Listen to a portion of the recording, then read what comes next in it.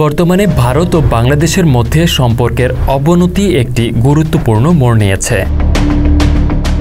চলমান বন্যা পরিস্থিতিতে ভারত একাধিক বাঁধ খুলে দেওয়ায় বাংলাদেশের দক্ষিণ পূর্বাঞ্চল তলিয়ে গেছে পানিতে, যা দেশের জনগণের মধ্যে ভারত বিরোধী মনোভাবকে আরও তীব্র করে তুলেছে।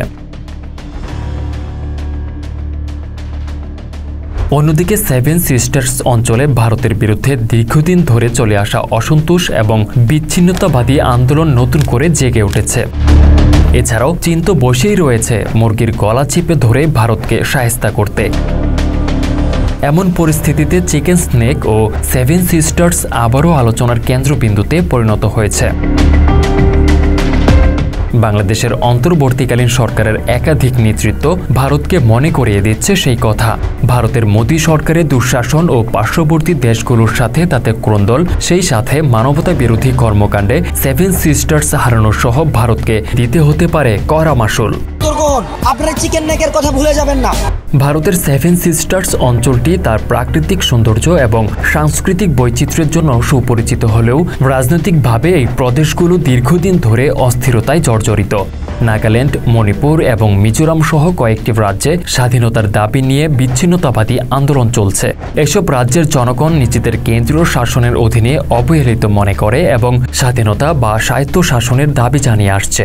এছাড়া আসামের জাতিগত সংঘর্ষ এবং বহিরাগত অভিবাসীদের নিয়ে সৃষ্ট উত্তেজনা কেন্দ্রীয় শাসনের উপর স্থানীয়দের অসন্তোষ আরও বাড়িয়ে তুলেছে।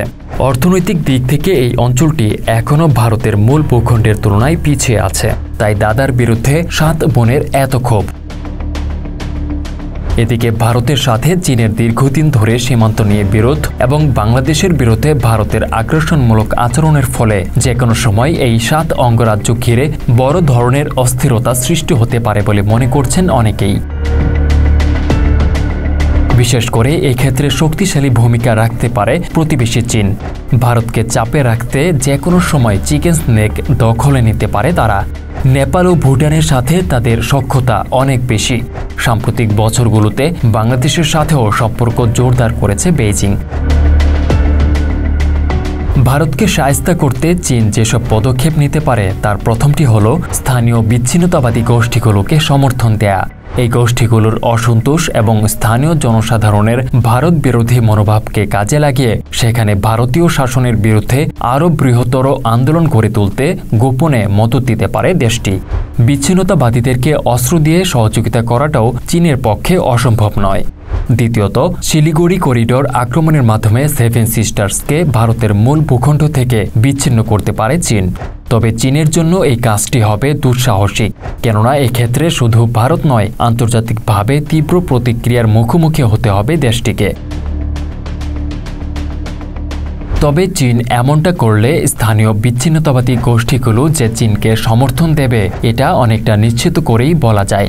এই অঞ্চলে বড় ধরনের যুদ্ধ পরিস্থিতির পরিকল্পনা থাকলেই কেবল চীন এমন সিদ্ধান্ত নিতে পারে, কেননা এই ধরনের পদক্ষেপ নিশ্চিতভাবেই বড় ধরনের যুদ্ধের সূত্রপাত ঘটাবে।